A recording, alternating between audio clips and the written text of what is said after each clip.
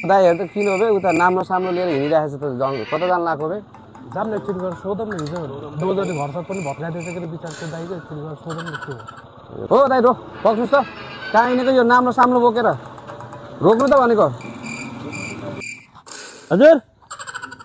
दाइ कहाँ हो यो नाम्रो साम्रो लिएर यार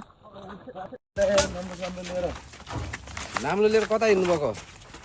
कहाँ हुनु र भाइ झुन्डेर मर्नभन्दा अरू कुनै विकल्प देखिनँ अब घर जति डोजरले भत्काइदियो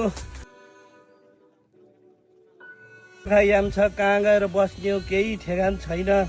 बुढाबाका बाआमा छन् छोराछोरी यत्रै यत्रै छन् त्यो बिचल्ली देख्न भन्दा गएर झुन्डेरै मर्न बेस भन्ने सोचेँ भाइ मैले त दाइ सबैजनाको भत्किरहेको छ घर हजुरको मात्रै होइन मर्नु नै यसको समस्याको समाधान होइन होइन भाइ मेरो कुनै उस छैन विकल्प झुन्डेर मर्न भन्दा 20 वर्षसम्म कतारा भेडा चराएर कमाएको पैसाले यति जग्गा किनेर घर बनाएको थिएँ पहिलाको नम्बर यहाँ भएको जग्गा पनि बेचेर आएर यहीँ आएर किन्ने हो विदेशमा बस्दा यी हात गुमाइयो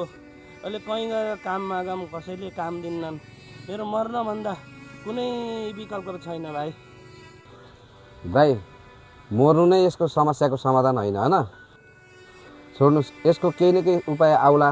अहिले हिँड्नुहोस् हाम्रो पनि 10 वर्ष 20 वर्ष काम गरेर विदेशमा गएर आएका उनीहरूको पनि घरघाटहरू सबै तहस नहस भइसके मर्नु समस्याको समाधान होइन जाम हामी सबै एकजुट भएर आवाज उठाउनुपर्छ यसको समस्याको समाधान निकाल्नलाई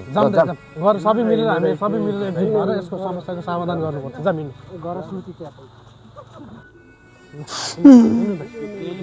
होला र समस्याको समाधान माथिकन बस्नु समाधान समस्याको समाधान हुन्छ बिस्तारै